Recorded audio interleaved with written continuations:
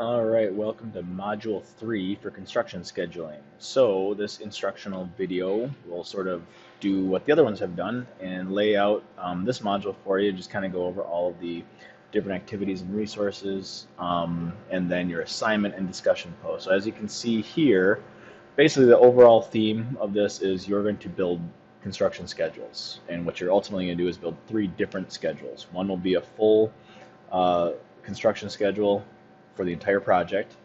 And then once you're complete with that, we're going to go back and do some pre-construction scheduling, and then we'll also do some project closeout scheduling activities. So it's all going to be based on some previous work that was already completed in CN251, which is your field operations course, where we give you an introduction into scheduling stuff. So what I've done here, and as you can see, we have some old resources in lecture material.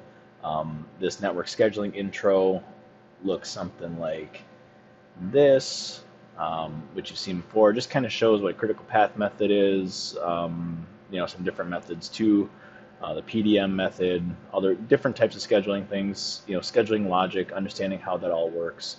I'm not going to go over all that.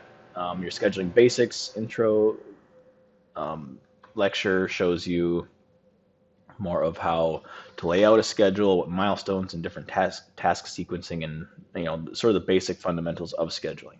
So those are on Educat for you. Again, same thing with these scheduling videos, a garage scheduling activity and practice video stuff. This is all for practice, and it's all resource based, so you can help get back into full-on project scheduling.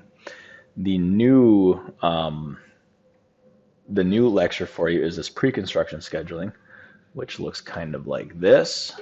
A lot of it has to do with understanding the phases of pre-construction, understand the importance of pre-construction, different considerations.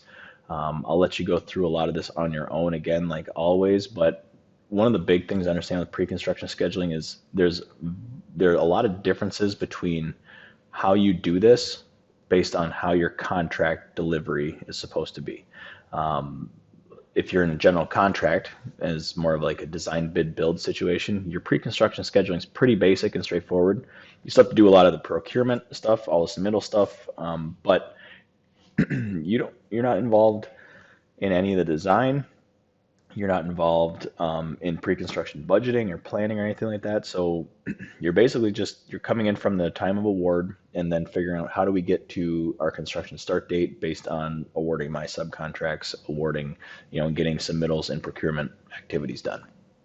If you're a CM at risk or a design build contractor, I use those examples a lot because those are sort of the most common ones, those three anyways, GC, CM, and design build.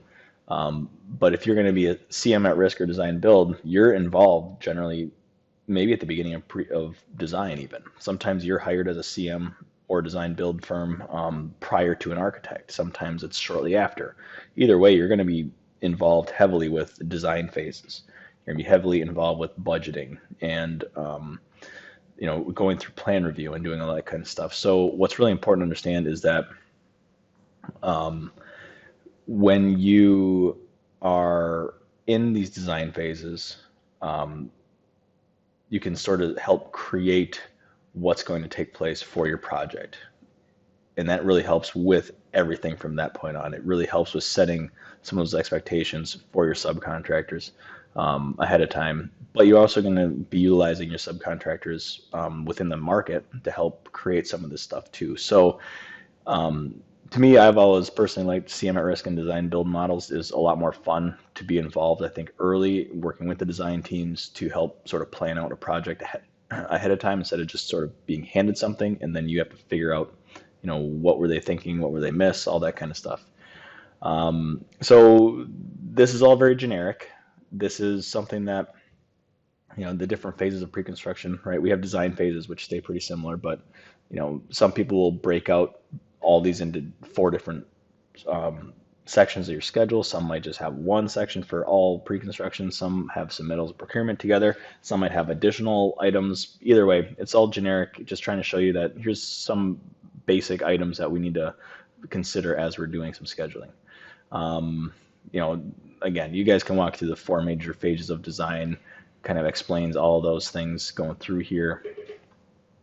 Really, the design development is where most of the design work happens and takes place. So that's where you heavily get involved with detailing and updating budgets based on some pretty substantial information. The budget review meetings are really important to understand because you'll be sitting in on those at different parts of pre-construction. So what I showed you here is just kind of if you are involved from day one on a project, when in day one of design, I should say, you're going to get involved probably with conceptuals, with pricing out a full set, right? So you're going to review a full set, you're going to price out a full set, you're going to come back and meet about it. Same thing with schematics. You're probably going to do 100%, depending on the size and scope of your project. I've seen it, and I've done 50 and 75% on schematics just to make sure we're going the right direction. But there's not a ton of detail there, so we're normally not pricing out all of them. DDs is where we really will have a lot more pricing, a lot more budget stuff, a lot more review. And then CDs, since most of the project is pretty well taken, most of the design is pretty well taken place, you're only going to have probably one or two. I always called it 99%. Some people call it 100%. I said 99 because that's the final look from the whole team. And then after that, there's normally a couple final adjustments to be made before we can issue that 100% document. And we issue that 100% document, that's what's going to be preparing us for bid time. All right, so then we have bid phase. We have multiple different things. The thing I like to introduce on this too and make sure everyone understands is that depending on, again, if you're a GC versus a CM or design build, you're doing this very differently. And in this model right here with GC, you're probably not going to be doing a whole lot of overlapping unless you're overlapping pre-con with construction. It might happen depending on what kind of delivery methods you have, but with CM at risk or design build, you're most likely overlapping a lot of your pre-construction stuff with construction. So that's where we get into bid packaging. That's where we get into phases of bids. This is where we get into, explaining what the point of bid packaging is, right? So a lot of times as we're going through, we're trying to shrink schedules. We're trying to make sure that, we're getting the work started, and because that's the way we make money in our business, is keeping it short. So if we can get an early bid package out and get our civil team and structural team in the ground while we finish the next bid package, it's kind of beneficial for everybody. But bring it up in a sense that as you're building out your schedule, you're going to be dealing with pre-construction activities at the same time as construction activities. So that's how your schedule will eventually start to overlap with a lot of things.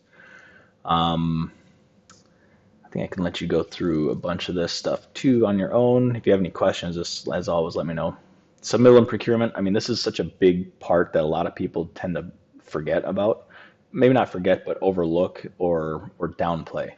Submittals are a huge deal. They're sort of the driving force for everything, so they should be on your schedule.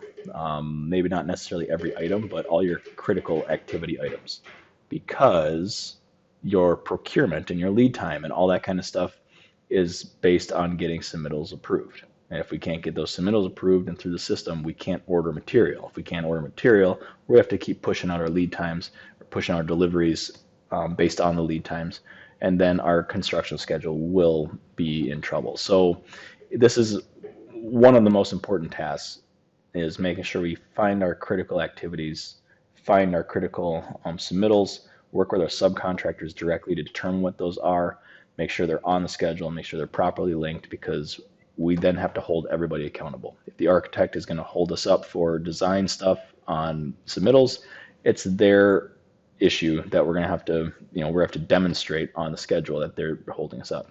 If our subcontractor is not getting us a submittal on time, we have to demonstrate on the schedule that it's their issue that they're accountable for, to make sure that they make it back up on the schedule so they don't affect other people.